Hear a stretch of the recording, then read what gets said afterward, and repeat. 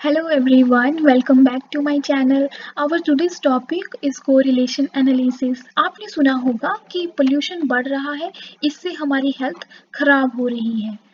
Air pollution अगर बढ़ रहा है तो रेस्पिरेटरी हेल्थ खराब हो रही है। तो ये क्या है? It's correlation. ये एक कोरिलेशन का एग्जांपल है, क्योंकि कोरिलेशन क्या होता है? एक एसोसिएशन और रिलेशनशिप बिटवीन टू और मोर वेरिएबल्स। दो या दो से अधिक वेरिएबल्स के बीच में कोई संबंध है, कोई एसोसिएशन है कि एक बढ़ता है तो दूसरा भी बढ़ जाता है, एक बढ़ता है तो दूसरा घट जाता है, तो उसको बोलते हैं कोरिलेशन। और कोरिलेशन एनालिसिस हो गया एक स्टैटिस्टिकल टेक्निक या स्टैटिस्टिकल मेथड, जिससे आप स्टडी कर सकते हो डिग्री और डायरेक्शन ऑफ सच रिलेशनशिप्स। ऐसे रिलेशनशिप की कितनी डिग्री है, कितना वो एक दूसरे से रिलेटेड है, how much increase is there, एक में how much increase in one can lead to this much increase in other. तो ये सारी चीज़ें डिग्री और डायरेक्शन की, एक बढ़ रहा है तो घट रहा है, कौन सा बढ़ेगा कौन सा, तो ये सारी चीज़ें आप स्टैटिस्टिकल टेक्निक के थ्रू फाइंड आउट कर सकते हो। उसको बोलते हैं कोरिलेशन एनालिसिस। और जब आप ये एनालिसिस करेंगे आपको मिलेगा r, which is correlation coefficient. Correlation coefficient को डिनोट किया जाता है आर से, जो दिखाएगा इसकी डिग्री कि कितना, how much changes in the value of one variable predict change to the value of another। तो ये जो कोरिलेशन है, द रिलेशनशिप, द एसोसिएशन, जिसको आपने एनालाइज किया थ्रू स्टैटिस्टिकल टेक्निक, ये दिखाएगा आर के थ्रू कि कितना है, हाउ मच, एंड किस दिशा में है, which what is the degree and direction of the relationship between two variables. और ये यूज कहाँ होता है? ये यूज होता है आपका रिसर्च में, behavioural research, economic research, business research. Business और इकोनॉमिक्स में इनफैक्ट इसका बहुत ज़्यादा यूजेस हैं। जो भी बिजनेस डिसीजन लेने होते हैं, इसमें कोरिलेशन एनालिसिस का यूज़ होता है। आपने बहुत सारी थ्योरीज सुनी होंगी, जैसे डिमांड और प्राइस के बीच में जो रिलेशनशिप है, कि अगर किसी प्रोडक्ट के लिए डिमांड बढ़ जाएगी, बहुत सारे लोग उसको लेना चाहते होंगे, तो उसका प्राइस भी बढ़ जाएगा। डिमांड एंड प्राइस के बीच में एक रिलेशनशिप है, तो ये कोरिलेशन है। और ये थ्योरीज हैं जो ये कोरिलेशन से आती है। इससे हम प्रेडिक्शंस भी कर सकते हैं, क्योंकि हमें पता है कि डिमांड की वजह से प्राइस बढ़ेगा, तो हम प्राइस जो है वो प्रेडिक्ट कर सकते हैं। More reliable and near to reality prediction आप कर सकते हो if you have the knowledge of correlation.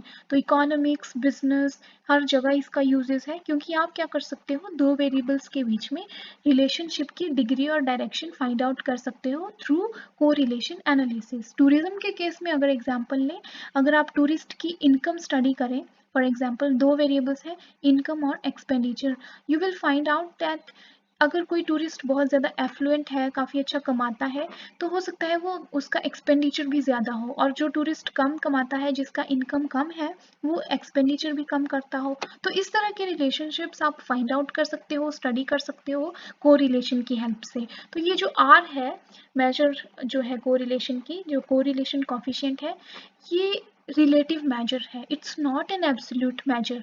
ये नहीं बताएगा कि कितना चेंज है, ये बताएगा, जैसे रिलेटिविटी में बताएगा कि डिमांड में अगर 20% इंक्रीज हो जाए, तो प्राइस में भी 10% इंक्रीज हो जाएगा। तो ये परसेंटेज में बता रहा है, प्रॉपर नहीं बता रहा है कि कितनी डिमांड बढ़ गई, कितना प्राइस बढ़ गया, वो सब नहीं बताता है ये सिर्फ रिलेटिविटी में बताता है। इसलिए हम इसको बोलते हैं it's a relative measure of change. Change तो बताएगा कि चेंज होगा, लेकिन रिलेटिविटी में बताएगा, मल्टीपल्स में बताएगा, परसेंटेज में बताएगा, नॉट द एब्सोल्यूट मेजर कि इतना इतना प्राइस बढ़ जाएगा, इतने डॉलर बढ़ जाएंगे, ऐसे नहीं बताएगा। ये सिर्फ रिलेटिविटी में बताएगा। तो डिफरेंट टाइप्स की कोरिलेशंस होती हैं। फर्स्ट तो डायरेक्शन के अकॉर्डिंग पॉजिटिव एंड नेगेटिव, जिसके हमने एग्जाम्पल्स भी लिए थे। ठीक है, पॉजिटिव कोरिलेशन होगा ये वाला, जैसे एग्जाम्पल है कि एयर पोल्यूशन में अगर इंक्रीज होगा तो हेल्थ में डिक्रीज होगा, तो ये क्या हो गया, एक नेगेटिव कोरिलेशन। उसी तरह से अगर आप इन्वेस्टमेंट बढ़ाएंगे अपना टेक्नोलॉजी में, उसमें उससे प्रोडक्टिविटी या प्रॉफिट भी बढ़ रहा है, तो इट्स अ पॉजिटिव कोरिलेशन। कहने का मतलब है increase in one variable and both variables are increasing, अगर दोनों वेरिएबल्स जो है उनकी वैल्यू इंक्रीज हो रही है, तो ये एक पॉजिटिव कोरिलेशन है। दोनों वेरिएबल्स की वैल्यू डिक्रीज हो रही है, ठीक है, आपने इन्वेस्टमेंट कम कर दी, तो प्रोडक्शन भी कम हो रही है या प्रोडक्टिविटी भी कम हो रही है, प्रॉफिट भी कम हो रहा है, तो उसको बोलेंगे negative correlation. Same sign positive correlation, जब सेम साइन होंगे तो सेम आपका पॉजिटिव आपका कोरिलेशन आएगा।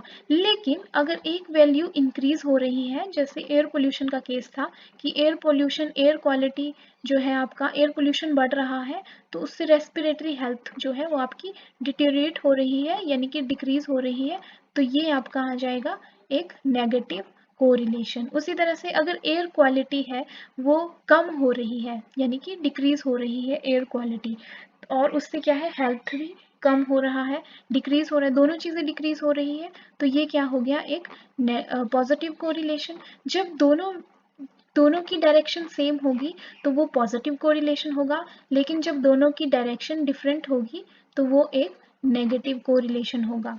Value of one is increasing, other is increasing, positive correlation. Value of one is decreasing, other is decreasing, positive correlation. Value of one is increasing but other is decreasing, it's a negative correlation. तो positive negative आपको समझ आ गया। Graph में आपको कैसे दिखेगा, जैसे एक ये वेरिएबल है a, एक वेरिएबल है b, जो a है वो x एक्सिस पे दिखाया है और b जो है y एक्सिस पे दिखाया है।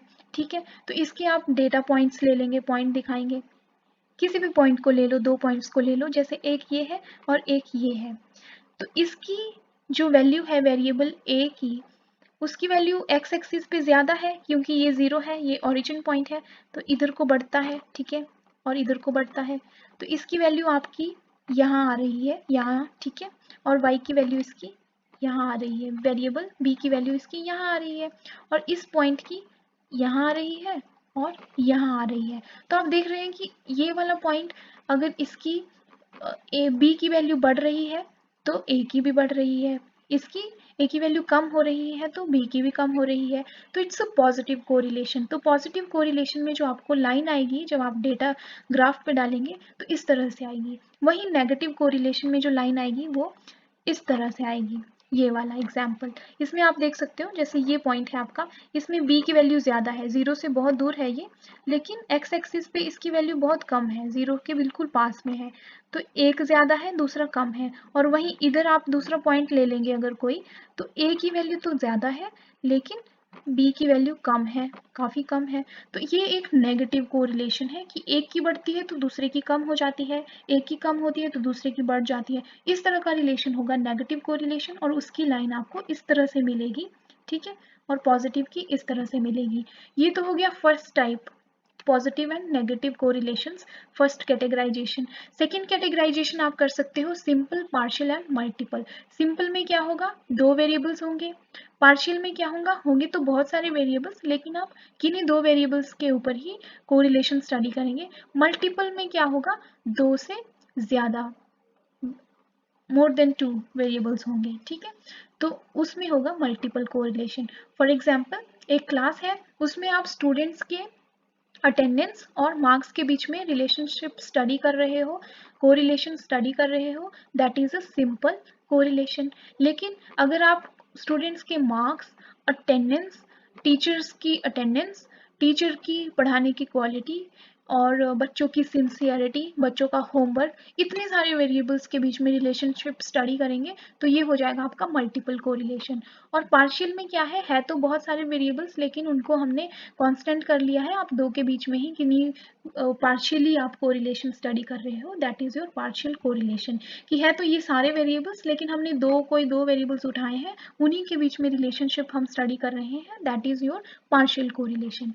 फिर आता है linear and non linear correlation. तो लीनियर कोरिलेशन होगा जिसमें आपको ये सिंपल लाइन मिलेगी, ये ऐसी line that is your linear correlation, यानी कि चेंजेस जो हैं they are constant, there is a constant ratio of changes in x and y.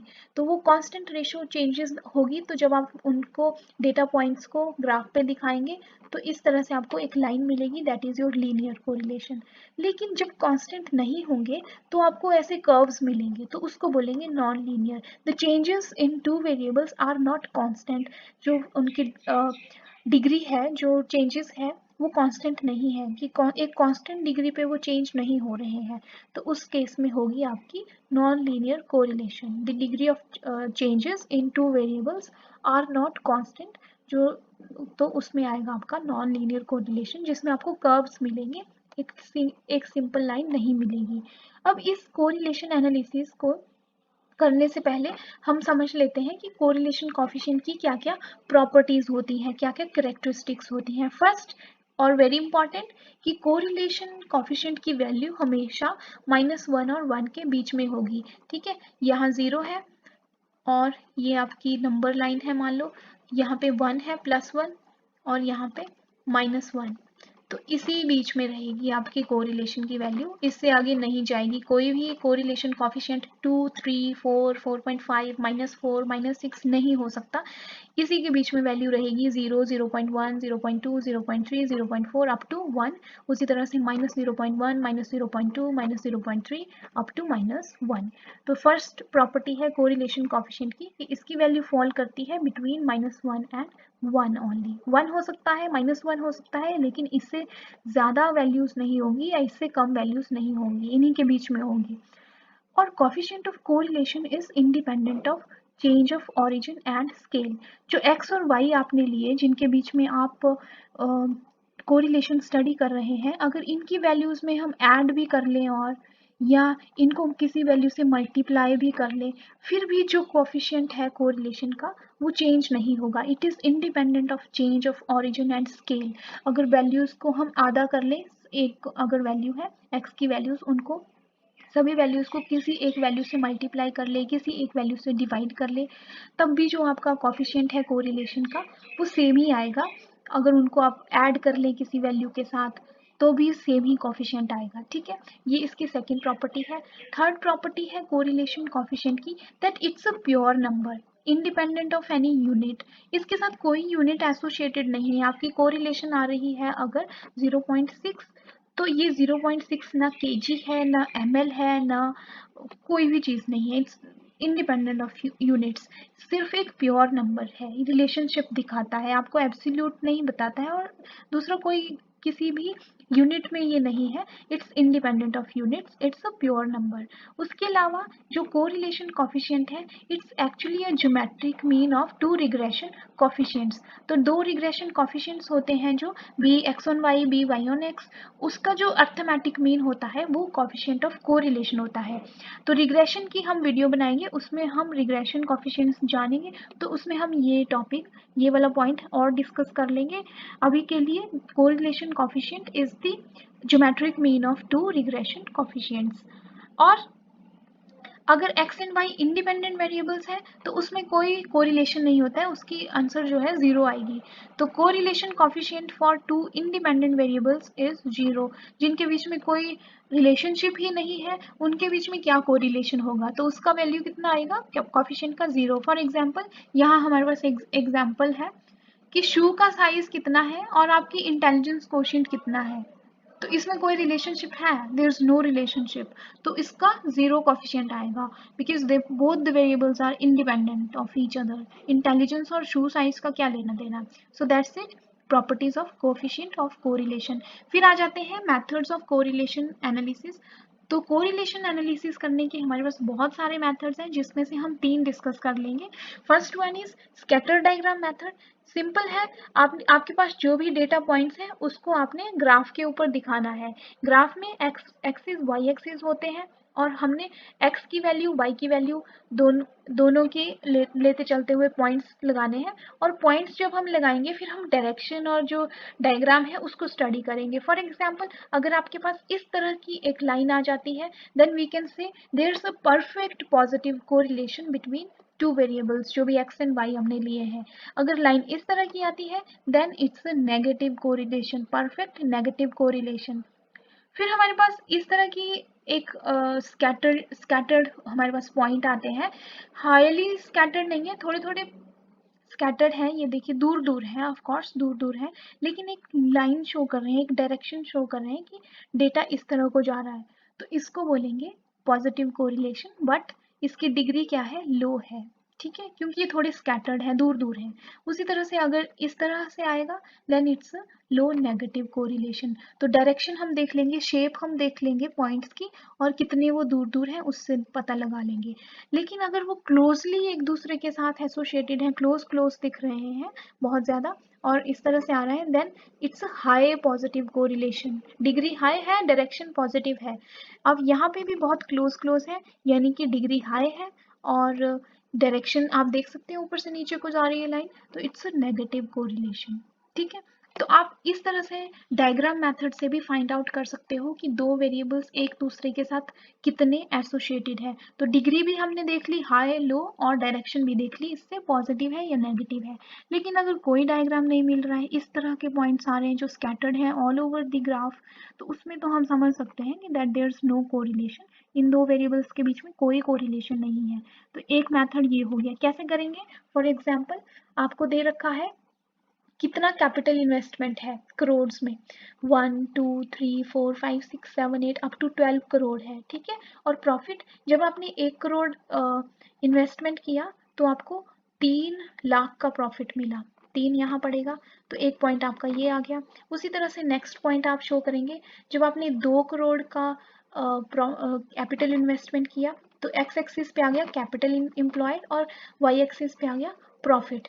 तो कैपिटल जब आपने 2 लाख का इन्वेस्टमेंट किया यहाँ पे, और आपको प्रॉफिट मिल रहा है 5 लाख का, तो 5 यहाँ पे है, इन दोनों का पॉइंट यहाँ पे दूसरा पॉइंट मिल गया।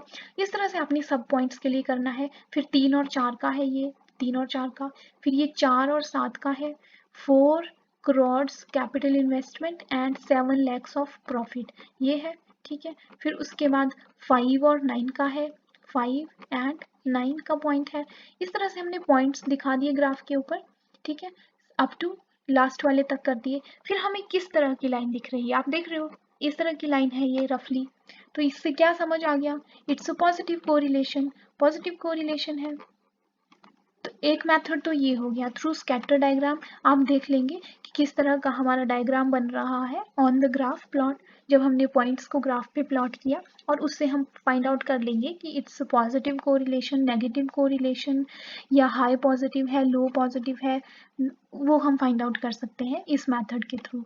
फिर आता है हमारा एक्चुअल में जो हम करते हैं थ्रू फार्मूला। तो कार्ल पियर्सन ने जो हमें फार्मूला दिया है कोरिलेशन का, Karl Pearson said that correlation is covariance of two variables divided by standard deviation of one into standard deviation of other. ठीक है, तो covariance of x and y divide by standard deviation which is sigma से represent किया जाता है, जिसको हम इस तरह से लिख सकते हैं, sigma x y divide by sigma x square sigma y square का अंडर रूट, जिसमें एक्स और वाई स्क्वेयर ये क्या है, एक्स माइनस एक्स बार क्या है, मीन है। ठीक है, x bar is the mean of x variable, y bar is the mean of variable. ठीक है, और जब हमारे पास कंटिन्यूस डेटा होता है तो हम ये वाला यूज कर सकते हैं। तो इस तरह से हम ये कार्ल पियर्सन का मेथड हम देखेंगे सॉल्व करके, उससे आपको ज्यादा समझ आएगा। फॉर्मूला आप समझ सकते हो that correlation coefficient given by Karl Pearson is covariance of x and y divided by standard of deviation of x into standard deviation of y।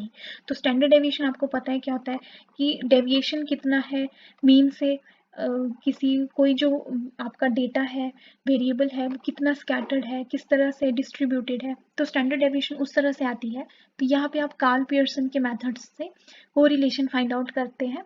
तो हमें जैसे फर्म है कोई 1 से 10 तक 10 फर्म्स हैं, उनके एडवर्टीजमेंट एक्सपेंसेस दे रखे हैं 11 13 14 16 16 15 14 13 13, और उनका सेल्स वॉल्यूम दिखाया है लाख्स में। तो आपने क्या करना है, सबसे पहले एक्स और वाई को ऐसे कॉलम में दिखाना है। ठीक है, एक्स की वैल्यूज वाई की वैल्यूज, और उससे आप क्या कर सकते हो कि फिर आपने इनका मीन निकाल लेना है एक्स और वाई का। ठीक है, क्योंकि फिर हमें स्मॉल एक्स चाहिए। फॉर्मूला क्या है, सिग्मा एक्स वाई, ये फॉर्मूला है sigma x y divide by under root sigma x square y square, और यहाँ पर एक्स और वाई क्या है, x minus x bar, Y minus Y bar क्या है, मीन। तो मीन निकालो, मीन के लिए फॉर्मूला क्या है, sum of variables divide by total number of variables. तो ये है sum of observations divide by total number of observation. तो सम कर लेंगे आप कैलकुलेटर की हेल्प से। तो सम इसका आ जाएगा 140। टोटल नंबर ऑफ फॉर्म्स कितनी थी 10। तो इस तरह से मीन आ गया, एक्स मीन आ गया, एक्स का जो मीन है वो आ गया 14, यानी कि एक्स बार आ गया 14 और वाई बार आ गया आपके पास 58। वाई आपकी वैल्यूज हैं, वाई की वैल्यूज क्या है 50, 50, 55, 60, 65।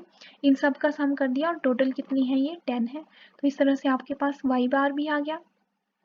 अब आपने क्या करना है, x माइनस एक्स बार, y माइनस वाई बार फाइंड आउट करना है, जो आपकी बनेगी वैल्यूज स्मॉल x की। तो x माइनस एक्स बार आ जाएगा, यहाँ पे 11 है और x बार कितना है 14। 11 माइनस 14 माइनस 3, 13 माइनस 14 माइनस 1। 14 क्या है x bar mean, 14 minus 14 0, 16 minus 14 2, 16 minus 14 2, 15 minus 14 1। इस तरह से आपने क्या करना है, स्मॉल एक्स की वैल्यूज ले लेनी है। फिर आपने इसका एक्स स्क्वेयर कर लेना है, क्योंकि आपको पेपर में क्या है, फॉर्मूला में क्या है, एक्स स्क्वेयर और वाई स्क्वेयर चाहिए। तो एक्स स्क्वेयर कर लिए और लास्ट में इनका सिग्मा कर लिया, सम कर लिया। तो एक्स बार की वैल्यू थी 14, एक्स में से माइनस करके आपको मिला पहली वैल्यू के लिए -3, -3 का स्क्वेयर हो गया 9, -1 का स्क्वेयर हो गया 1, 0 का स्क्वेयर हो गया 0, 2 का स्क्वेयर हो गया 4। इस तरह से आप एक्स स्क्वेयर फाइंड आउट कर लो, लास्ट में उसका सम कर लो। उसी तरह से y के लिए कर लो, y माइनस वाई बार की वैल्यू हमारे पास आई थी 58। Y bar is the mean of the variable y। तो वेरिएबल y का मीन था 58 और y की वैल्यू फर्स्ट थी 50। 50 minus 58 minus 8, 50 minus 58 minus 8, 55 minus 58 minus 3, 60 minus 58 2। इस तरह से आपके पास आ जाएंगी स्मॉल y की वैल्यूज और फिर आप स्मॉल y का स्क्वायर कर लीजिए। 8 का 64, 8 का 64, 3 का 9, 2 का 4, इस तरह से। और x और y, ये आपके पास x है, ये आपके पास y है, इसका मल्टीपल कर लीजिए x और y। और फिर क्या है, सिंपल फॉर्मूला में डाल दीजिए, सिग्मा एक्स वाई आपके पास ये है, एक्स वाई क्या है, multiple of X minus x bar Y minus Y bar. तो इसका सिग्मा आपके पास आ गया 70 ऊपर आ जाएगा, sigma x y divide by under root sigma x square आपके पास 22 है, 22 इंटू सिग्मा वाई स्क्वेयर कितना है आपके पास 360। और फिर कैलकुलेटर की हेल्प से इसको आप सॉल्व कर लीजिए। आपके पास जो आंसर आएगा, आपके पास आएगा 1 और -1 के बीच में। तो आंसर आपके पास आ रहा है 0.786 which is the correlation coefficient. और आप इसमें देख सकते हो कि पॉजिटिव साइन है, मतलब x और y पॉजिटिवली कोरिलेटेड है। अगर आप एडवर्टीजमेंट एक्सपेंडिचर बढ़ाएंगे तो सेल्स का वॉल्यूम भी बढ़ेगा, अगर आप एडवर्टीजमेंट एक्सपेंडिचर कम करेंगे तो सेल्स का वॉल्यूम ऑफ कोर्स कम होगा। तो ये आपके पास फाइंड आउट हो गया through Karl Pearson method correlation coefficient. अब फिर हम करेंगे रैंक कोरिलेशन, पर उससे पहले कार्ल पियर्सन का ही कोफिशिएंट निकाल लेते हैं ग्रुप्ड डेटा के लिए। ग्रुप्ड डेटा यानी कि जिसकी फ्रीक्वेंसी दे रखी है। तो यहाँ आप देख सकते हो कि इट्स कंटिन्यूस डेटा, जैसे जिसमें x अगर वेरिएबल हम लेंगे वो है आपका एवरेज सैलरीज और y है आपका वेरिएबल एक्सपेंडिचर ऑन एंटरटेनमेंट। तो x वेरिएबल के जो क्लास इंटरवल्स हैं वो दे रखे हैं 100 to 150, 150 to 200, 200 to 250, 250 to 300 and 300 to 350। तो इस तरह से आप एक कॉलम बना लीजिए, x के लिखिए, दूसरी साइड y के लिखिए। फिर उसके बाद आपको निकालना होगा मिड पॉइंट। मिड पॉइंट निकालने के लिए इजी है, lower limit plus upper limit divide by 2, that is the formula for midpoint. Midpoint is equal to L1 plus L2 divide by 2, simple। तो 10 plus 0 divide by 2 5, 10 plus 20 divide by 2 30 divide by 2 15, 20 plus 30 divide by 2 यानी 50 divide by 2 25, 30 plus 40 यानी 70 divide by 2 35, 40 plus 50 90 divide by 2 45। इस तरह से हमारे पास mid points आ जाएंगे y के लिए भी और x के लिए भी, ठीक है। फिर उसके बाद आप फ्रीक्वेंसी टेबल ये जो है एज इट इज आप वहाँ पर उतार दीजिए नेक्स्ट के जो रोज एंड कॉलम्स हैं वहाँ पे। ये लो, ये आपका पूरा के पूरा फ्रीक्वेंसी, ठीक है, इस तरह से पूरा के पूरा ये फ्रीक्वेंसी आपने उतार दिए नीचे। ये 5 4 5 2 इस तरह से आपने पूरी की पूरी फ्रीक्वेंसीज निकाल दिए। उसके बाद आपने क्या करना है, फिर आपको ये जो फ्रीक्वेंसीज हैं इनका सम कर लेना है, सम करना है, ठीक है। इनका आप सम कर लीजिए। तो सम करने के लिए हर कॉलम का और हर रो का आपने सम कर लेना है, ठीक है। जैसे ये वाला आपका रो है और कॉलम है, इसकी फ्रीक्वेंसीज हैं, इनका सम कर लो। 5 2 7 7 प्लस 8 15, इस तरह से यहाँ पे आपका आ गया 15। उसी तरह से नेक्स्ट में जैसे 4 7 6 7 इस तरह से फ्रीक्वेंसीज हैं, 4 7 6 7 और इसका जो सम है वो आ गया 24। फिर अगली कॉलम का कर लीजिए सम, 5 3 4 3 7 4 यानी कि 8 4 12 12 3 15 15 आ गया। नेक्स्ट कॉलम का भी आप ऐसे ही कर लेंगे, 2 7 4 5 का 2 7 9 9 4 13 13 और 5 18 18 आ गया। और लास्ट कॉलम का 4 1 5 8 10 इसका सम आ गया 28। फिर इस पूरे के पूरी फ्रीक्वेंसी का सम कर लेंगे जो आ जाएगा n की वैल्यू आ जाएगी ये सम 100।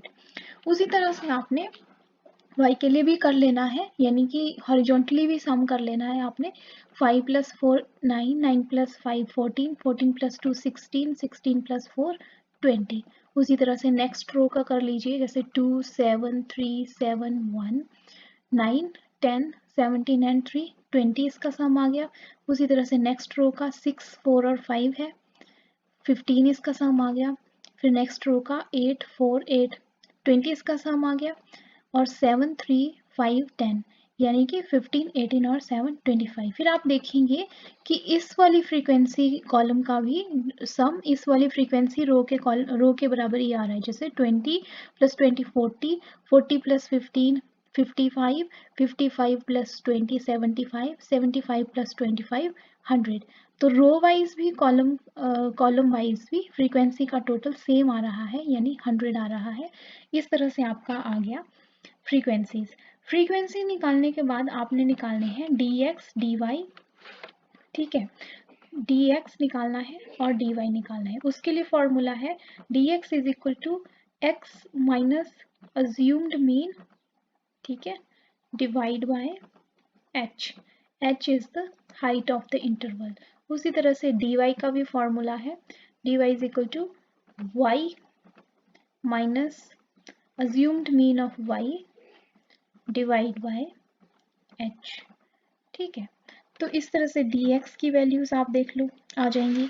जैसे यहाँ पे अज्यूम्ड मीन सबसे पहले, तो आप y के लिए अज्यूम्ड मीन मिडिल वैल्यू ले लेंगे, मिडिल वैल्यू ये वाली है, ठीक है, क्योंकि ये टोटल 5 थे। 5 प्लस 1 अपॉन 2 कर लेंगे, 5 प्लस 1 अपॉन 2 और fourth value that is 6 upon tooth value, यानी कि थर्ड वैल्यू आपका अज्यूम्ड मीन हो जाएगा, बीच वाला। इधर बीच वाला कौन सा आएगा, 1 2 3, थर्ड 225। और इनको अज्यूम्ड मीन लेके आपने dx और dy निकाल लेने हैं। तो dx में आपका मिड पॉइंट है 125, a है 225, 125 माइनस 225 कितना आ गया 100। 100 डिवाइड बाय h की वैल्यू क्या है, h की वैल्यू है आपकी 50। 100 to 150 50 50 के इंटरवल्स है ना, तो 50 आपकी h की वैल्यू आ गई। तो 125 माइनस 225 आ गया माइनस 100 डिवाइड बाई 50 आ जाएगा आपका -2। तो -2 आ गया फर्स्ट dy dx, और dy भी -2 ही आया है। dy कैसे आया -2, देखिए 25 अज्यूम्ड मीन है और 5 y की वैल्यू है, 5 माइनस 25 5 माइनस 25 और इस क्लास इंटरवल की हाइट है आपकी 10, ठीक है। तो आ गया आपका -2 आ गया ना, -2। तो इसकी वैल्यूज भी सेम ही आई हैं, -2 -1 0। ऐसे आप हर क्लास के लिए निकाल लीजिए, हर इंटरवल के लिए निकाल लीजिए। हर मिड पॉइंट में से अज्यूम्ड मीन को माइनस करके हाइट की वैल्यू से डिवाइड कीजिए और ये आपको मिल जाएगा dx और dy।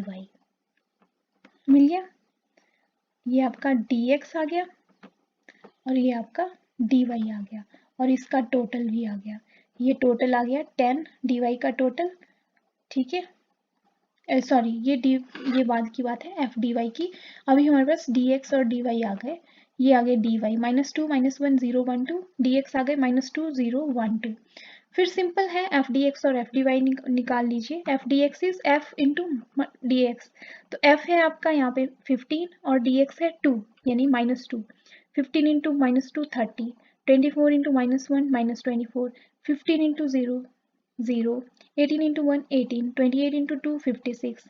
और इसका सम कर लेंगे। सम कैसे करेंगे, 30 और 24 सम कर लिया, आ गया -54, क्योंकि ये माइनस में थे ना, तो -54 और इधर आपका 56 है। 56 -54 बच गए 2, 2 + 18 20, तो 20 आ गया sum of F D X. Sigma F D X की वैल्यू 20 आ गई। उसी तरह से एफ डी वाई भी कर लीजिए, दैट इज फ्रीक्वेंसीज के टोटल इंटू डी वाई की वैल्यूज।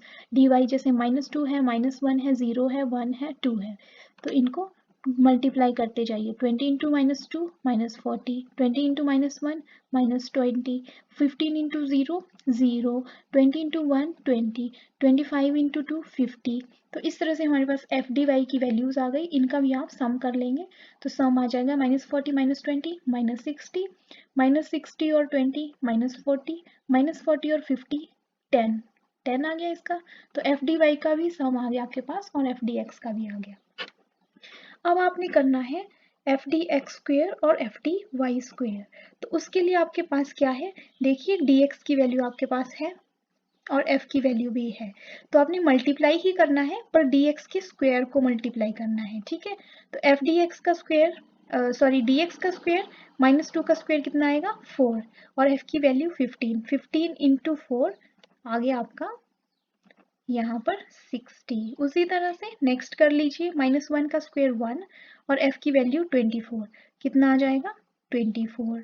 0 का स्क्वायर 0, 0 इंटू 15 0, 1 का स्क्वायर 1, 1 इंटू 18 18, 2 का स्क्वायर 4, 4 इंटू 28 112। उसी तरह से एफ डी वाई भी कर लीजिए, एफ डी वाई का स्क्वायर भी कर लीजिए, दैट इज डी वाई का स्क्वायर यहाँ -2 का स्क्वायर 4 हो जाएगा, 4 इंटू 20 18, -1 का स्क्वायर 1 हो जाएगा, 20 इंटू 1 20, 0 का स्क्वायर 0 हो जाएगा, 0 इंटू 15 0, 1 का स्क्वायर 1 हो जाएगा, 20 इंटू 1 20, 2 का स्क्वायर 4 हो जाएगा, 25 इंटू 4 100। उसके बाद आप एफ डी एक्स स्क्वायर और एफ डी वाई स्क्वायर का भी सम कर लीजिए। सम करने के लिए क्या है, सम कर लीजिए पूरी की पूरी रो का, 60 + 24 + 18 + 112, ये 5 वैल्यूज है, इनका सम आ गया आपके पास एफ डी एक्स स्क्वायर। उसी तरह से एफ डी वाई स्क्वायर का भी सम कर लीजिए, 80 + 20 100, 100 + 20 120, 120 + 100 220, ये आपके पास आ गई एफ डी वाई स्क्वायर की वैल्यू। अब आपको निकालने के लिए रह गया F D X F D Y. उसको निकालने के लिए क्या करेंगे, हर कॉलम का और हर रो का dx dy लेंगे और फ्रीक्वेंसीज लेंगे। ये जो फ्रीक्वेंसीज ली थी ना 5 4 5, ये सारी फ्रीक्वेंसीज लेंगे और इनको मल्टीप्लाई करेंगे इनके ही dx dy से, यानी इस पूरे के पूरे कॉलम का dx क्या है -2, इस पूरे के पूरे रो का dy क्या है -2। तो फर्स्ट के लिए यहाँ पे 5 है, 5 इंटू -2 -10 इंटू -2, -10 इंटू -2 20, 20 आपका आ गया यहाँ पे f D x D y, ठीक है। उसी तरह से यहाँ इसके लिए कर लीजिए, 2 यहाँ पे फ्रीक्वेंसी है, डी एक्स की वैल्यू है आपके पास -2 और इधर है -1 डी वाई की वैल्यू, तो -2 इंटू -1 2, 2 इंटू 2 4। इस तरह से आपने हर कॉलम हर रो के लिए उनका respective d x D y और एफ लेते जाना है। एफ तो यहाँ पे लिखे ही है, ये एफ है, और इनको मल्टीप्लाई करना है इनके dx और dy से, और इनको ऊपर लिखते जाना है, ये ऊपर, और इस तरह से हमारे पास आ जाएंगे। और फिर लास्ट में इनका सम करते जाना है, 20 + 8 8 28, और इधर है -16 -4 यानी -20, 28 - 20 8 आपका आ गया। उसी तरह से यहाँ पे 4 7 11, 11 माइनस 7 4, 4 माइनस 2 2, इस तरह से आ गया। फिर इन सब का सम कर लीजिए, ये आ गया आपका sigma F D x D y, और इधर भी sigma F D x D y. तो ये इस वैल्यू सेम आनी चाहिए, 46 46, इनकी वैल्यू सेम आ गई है। फिर फॉर्मूला में सिंपल पुट कर दीजिए, n into sigma F D x D Y वो है 46 minus sigma F D X into sigma F D Y. Sigma F D X की वैल्यू है 20 और सिग्मा एफ डी वाई की वैल्यू है 10, 20 इंटू 10 यहाँ पे कर लिया।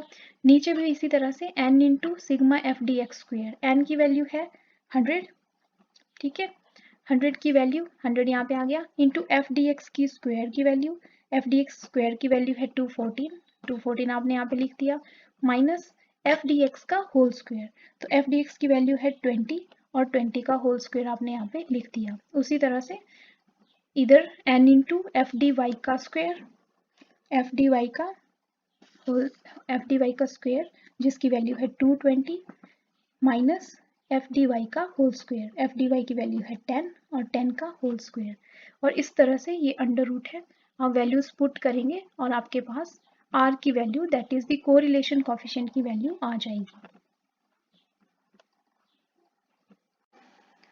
And now Spearman's rank correlation, इसके लिए फॉर्मूला दे रखा है r is equal to 1 minus 6 sigma D square divide by n cube minus n, और इसमें d क्या है, d is the difference of the ranks between paired items. जैसे x और y है, उसमें जो भी पेयर्ड आइटम होंगी उनमें जो जो भी रैंक्स होंगे, फॉर एग्जांपल यहाँ x का रैंक 4 है, यहाँ 6 है, तो d की वैल्यू हो जाएगी 4 माइनस 6 माइनस 2। तो ये रैंक्स होंगे, पहले रैंक्स देने पड़ेंगे नंबर्स को, जो भी डेटा है ऑब्जर्वेशंस है।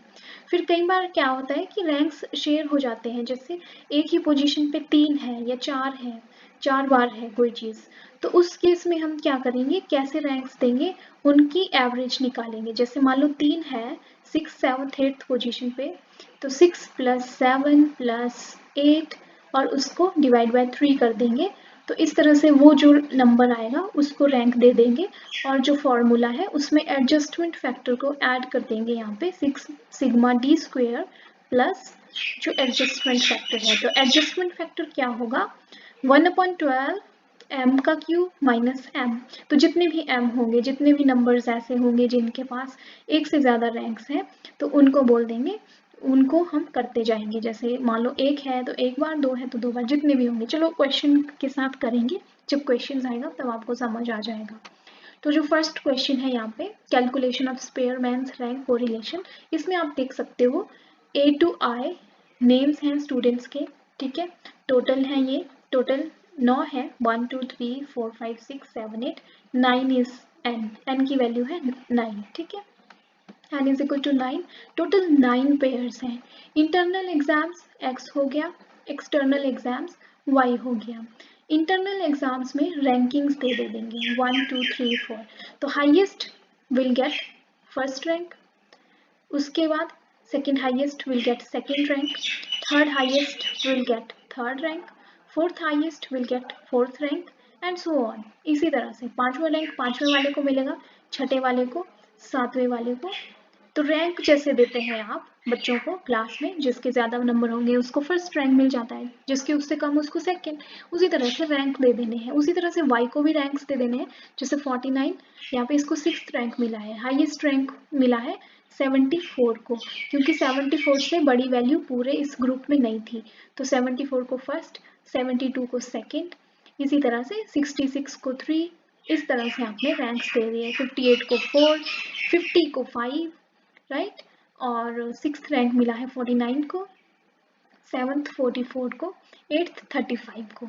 फिर हमने डी की वैल्यू निकाल लेनी है, D is rank 1 minus rank 2। अब जो दो पेयर हैं रैंक्स के, उनके सब्सट्रैक्शन करनी है, 5 माइनस 6 बचा minus 1, 2 minus 2 0, 1 minus 1 0, 8 minus 7 1, 6 minus 4 2, 3 minus 3 0, 7 minus 5 2, 9 minus 9 0, 4 minus 4 0, इस तरह से है। फिर डी स्क्वायर कर लो, क्योंकि फॉर्मूले में डी स्क्वायर है, तो 1 माइनस 1 का स्क्वायर 1, 0 का स्क्वायर 0, 0 का स्क्वायर 0, 1 का स्क्वायर 1, 2 का 4, 0 का 0, 2 का 4, 0 का 0 एंड माइनस 4 का स्क्वायर 16। और फिर इन सब को सम कर लो, सिग्मा सिग्मा आ जाएगा 26। वैल्यूज पुट कर लो फॉर्मूला में, 1 माइनस एन की, ठीक है, 1 minus 6 into sigma D square, ठीक है। तो सिग्मा डी स्क्वायर की वैल्यू हमें मिल गई है 26, divide by N cube, N की वैल्यू 9 है, 9 का क्यूब माइनस 9। तो इस तरह से हमें मिल जाएगा 1 माइनस 6 इंटू 26 156, 9 का क्यूब 729, उसमें से 9 माइनस कर दिए, 1 माइनस 156 अपॉन 720। तो देखिए इस तरह से आपका आंसर आ जाता है 0.7833, विच इज़ पॉजिटिव कोरिलेशन। और बिल्कुल सही है, क्योंकि कोरिलेशन की वैल्यू -1 से लेकर +1 के बीच में ही आनी चाहिए। तो इस तरह से हमने समझा कि इंटरनल एग्जाम्स और एक्सटर्नल एग्जाम्स में जो कोरिलेशन था वो 0.7 का था पॉजिटिव कोरिलेशन, और मैग्नीट्यूड उसका कितना था, डिग्री उसकी कितनी थी, 0.7। तो इस तरह से हमारा एक क्वेश्चन हो गया। पेपर में हो सकता है आपको नंबर्स ना दिए हों, जैसे यहाँ पे नंबर्स दे रखे हैं, एक्स और वाई की वैल्यूज दे रखी हैं, आपको सीधा रैंक्स भी दिए जा सकते हैं, जैसे यहाँ पे सीधा रैंक्स दे दिए हैं। तो यहाँ क्वेश्चन थोड़ा हटके है। यहाँ क्वेश्चन में पूछा है कि रैंक्स दे रखे हैं, एक जज ने, सेकंड जज ने एंड थर्ड जज ने। अब हमने ये फाइंड आउट करना है कि कौन से दो ऐसे जज थे जिनके इवैल्यूएशन का पैटर्न एक जैसा था, यानी कि जिसकी सबसे ज़्यादा कोरिलेशन दिखाएंगे, जो एक जैसी कोरिलेशन दिखाएंगे, पॉजिटिव कोरिलेशन, वो मतलब कोरिलेटेड थे। एक जिसको ज़्यादा दे रहा था वो दूसरा भी उसको ज़्यादा ही दे रहा था। तो इस तरह से तो हमें रैंक कोरिलेशन यहाँ पे निकालनी पड़ेगी बिटवीन जज 1 एंड जज 2, जज 2 एंड जज 3 एंड जज 3 एंड जज 1। तो 3 तरह की कोरिलेशंस निकालनी पड़ेंगी। तो रैंक्स तो ऑलरेडी दे रखे हैं, just D square find out करना है। डी स्क्वायर क्या होता है, R1 माइनस R2 का स्क्वायर। तो यहाँ 1 माइनस 3 माइनस 2 का स्क्वायर 4, 6 माइनस 5 1, 1 का स्क्वायर 1, 5 माइनस 8 आ गया -3 का स्क्वायर 9। इस तरह से हमारे पास डी स्क्वायर की रैंकिंग्स आ गई फॉर जज 1 एंड जज 2 के बीच की कोरिलेशन में। फॉर्मूला में वैल्यू पुट किया तो इससे -0.2 कोरिलेशन आया। जबकि जज 2 और जज 3 की जो रैंक्स दिए थे उनमें जो कोरिलेशन था, जैसे आप करेंगे 3 माइनस 6 माइनस 3 का स्क्वायर 9, तो डी स्क्वायर की वैल्यूज आ गई, सिग्मा डी स्क्वायर 214 आ गया। और जब फॉर्मूला में पुट करेंगे, यहाँ पे n की वैल्यू 10 है, राइट, 10 पेयर्स होंगे ना, पेयर्स को लेंगे, तो 10 क्यूब माइनस 10 ऊपर यहाँ पे 214 आएगा। तो इस तरह से इसकी भी वैल्यू नेगेटिव में आई है। जबकि जो जज 1 था और जज 3 था, उनकी जो हमने पेयरिंग की, जब उनके बीच में कोरिलेशन निकाला, तो 1 माइनस 6 -5 का स्क्वायर 25। तो इस तरह से इसकी कोरिलेशंस जब हमने निकाली तो इसका डी स्क्वायर 60 आ गया, 60 यहाँ पुट किया वह फॉर्मूला में, और हमें यहाँ पे मिलता है 0.6। तो पॉजिटिव कोरिलेशन मिली है जज 1 और जज 3 के बीच में। तो इस तरह से तो फर्स्ट एंड थर्ड जजेस थे, they have the nearest approach to common taste in beauty. तो जो भी ये कॉन्टेस्ट था उसमें जो सिमिलर रैंकिंग्स दे रहे थे वो दे रहे थे जज 1 और जज 3। तो ये एक डिफरेंट क्वेश्चन था, इसमें सीधा रैंक्स दे रखे थे आपके पास, और आपको निकालना था कि कौन से दो जज ऐसे थे जो सबसे ज़्यादा एक जैसी रैंकिंग दे रहे थे। एक जैसी रैंकिंग वही देंगे ना जिनके बीच में पॉजिटिव कोरिलेशन होगा, नेगेटिव होगा दैट मीन्स एक ज़्यादा दे रहा था तो दूसरी उसको बहुत कम रैंकिंग दे रहा था। तो इस तरह से कोरिलेशंस जो है इन दोनों के बीच में सबसे ज़्यादा आया। तो आप खुद कैलकुलेट कर सकते हो बैठ के। और जो लास्ट क्वेश्चन है, इस क्वेश्चन में है एडजस्टमेंट फैक्टर, जिसकी हमने यहाँ पर बात की थी कि एडजस्टमेंट फैक्टर होता है। तो एडजस्टमेंट फैक्टर कैसे होगा चलिए देखते हैं। जैसे यहाँ x की है वैल्यूज, x में आपने देखा कि 85 इज द हाईएस्ट, तो उसको आपने फर्स्ट रैंक दे दिया। 82 इज द सेकंड हाईएस्ट, उसको आपने सेकंड रैंक दे दिया। थर्ड हाईएस्ट कौन सा आएगा, 75, इसको थर्ड हाईएस्ट दे दिया।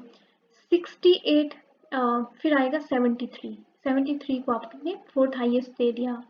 फिर 73 के बाद है आपके पास 68, लेकिन 68 कितने हैं, 1 2 3, 368 है और आपने 4 तक रैंकिंग दे दी थी, ठीक है, 4 तक रैंकिंग दे दी थी और इनकी रैंकिंग आएगी 5वीं, 6ठी और 7वीं।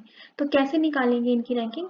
5 प्लस एवरेज करेंगे, 5 प्लस 6 क्योंकि ये 3 स्पेस लेंगे, 5 प्लस 6 प्लस 7 डिवाइड बाय 3, इनका एवरेज निकाल लेंगे। 11, 5 प्लस 6 11, 11 प्लस 7 18, 18 डिवाइड बाय 3, इस तरह से। और इसके बाद कितना आ जाएगा? 6। यानी कि इन तीनों को हमने जो रैंकिंग देनी है वो देनी है 6 6 6। तो देखिए 6 6 6 रैंकिंग दे दिया है, ठीक है। और उसके बाद वाले को 5 6 7, 7वें के बाद कौन सा आएगा? 8वां। तो लास्ट वाले को 8वां रैंक दे दिया है। इसमें टोटल जो पेयर्स है वो 8 है, 1 2 3 4 5 6 7 8। तो 8 रैंक्स हमारे पूरे हो गए, ठीक है। तो एवरेज लेना है यहाँ पे रैंक का, अगर रैंक शेयर हो रहा हो। उसी तरह से y के लिए कर लेंगे। तो यहाँ पर y में 81 हाईएस्ट है 1, ठीक है, 82 हाईएस्ट है 2, अब थर्ड हाईएस्ट है 71 71, ठीक है। तो यानी कि थर्ड और फोर्थ रैंक इनका है।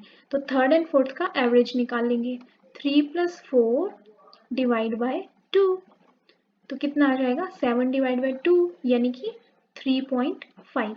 तो इन दोनों को शेयर्ड रैंक दे देंगे 3.5। और नेक्स्ट रैंक आएगा हमारा 5th, ठीक है। तो 5th पे 70 आ गया, 6th पे 69 आ जाएगा, 7th पे 68 आ जाएगा और 8th पे 62 आ जाएगा। इस तरह से रैंक्स आ गए। और फिर आप डी की वैल्यू निकाल लीजिए, R1 minus R2, 2 minus 1 1, 6 minus 3.5 2.5, 3 minus 3.5 minus 0.5, 8 minus 7 1, 6 minus 8 minus 2, 4 minus 6 minus 2, 1 minus 2 minus 1, 6 minus 5 1, इस तरह से। और इसका फिर आप सिग्मा कर लीजिए डी स्क्वायर का। तो डी स्क्वायर इसका क्या बन जाएगा? 1 का स्क्वायर 1 माइनस 2.5 का स्क्वायर, इस तरह से करते जाइए और इससे आपको मिल जाएगा अपना डी स्क्वायर का सम, सिग्मा डी स्क्वायर, जो आपने फॉर्मूला में पुट करना है। तो लीजिए आपने फॉर्मूला में पुट कर लिया 1 minus 6 sigma D square. D square की वैल्यू क्या है? ये है आपके पास 18.5, 18.5। अब निकालना है आपने एडजस्टमेंट फैक्टर। तो एडजस्टमेंट फैक्टर के लिए क्या फॉर्मूला था? 1/12 into M cube minus M, ठीक है, एम क्यूब माइनस एम। तो एम क्यूब यहाँ पे जैसे 3 है, 3 बार आया है, जितनी बार आया हो, ठीक है। तो एडजस्टमेंट फैक्टर यहाँ पे 6 6 6 हमने 3 बार लिया है, जो 68 का 5 6 7th रैंक आया था। यहाँ पे 68 68 68 5 6 7 3 बार आया था। तो 3 लेंगे m की वैल्यू, 1/12 इंटू एम का क्यूब माइनस एम, 1/12 इंटू 3 3 का मतलब 3 का 3 बार 3 पावर 2 3 का क्यूब, पावर 3 को क्यूब बोलते हैं, 3 क्यूब माइनस 3, ठीक है, M cube minus M.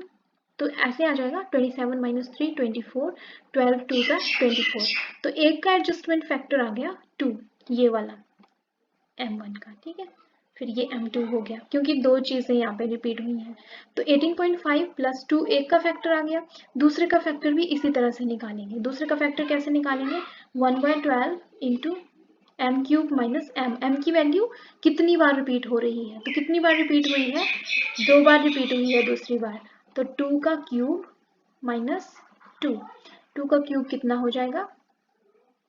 16, sorry 2 का क्यूब हुआ 2 इंटू 2 इंटू 2 यानी कि 8, 2 2 4, 4 2 8, 8 माइनस 2, 2 क्या है? m, m का क्यूब माइनस m। तो इसमें 1/12 इंटू 6 और इसका आ जाएगा 0.5 एडजस्टमेंट फैक्टर। तो ये दो चीजें सम करनी पड़ेगी, 6 इंटू 18.5 प्लस 2 इन प्लस 0.5, तो हो जाएगा 18.5 प्लस 0.5 19, 19 प्लस 2 21, 6 इंटू 21 आ जाएगा न्यूमरेटर में। और डिनोमिनेटर में N cube minus N, N की वैल्यू कितनी है? 8, टोटल 8 नंबर्स हैं ये। तो 8 का क्यूब माइनस 8 तो आप निकाल सकते हो 8 8 जा 64, 64 इंटू 8 512, 512 माइनस 8 504, 1 माइनस 126 अपॉन 504 आप कर लीजिए, जिसकी वैल्यू आ जाएगी 1 माइनस 0.25 और 0.75 आपका रैंक कोरिलेशन आ जाएगा आफ्टर एडजस्टमेंट फैक्टर। तो इस तरह से करते हैं in case of multiple ranks, जो बहुत सारी ऐसी ऑब्जर्वेशंस हैं जो सेम रैंक शेयर कर रही हैं, तो उसमें क्या करना है, तो उसमें क्या करना है आपने, वो जो जितनी भी रैंक्स होंगी 5 6 7 है 3 4 है, उनका एवरेज लेंगे। एवरेज लेने के बाद एडजस्टमेंट फैक्टर का फॉर्मूला लगाएंगे, जिसमें m की वैल्यू होती है जितनी बार वो रिपीट हो रही हो, और उस तरह से कर देंगे। ठीक है, I hope you understand. Thank you for watching this video.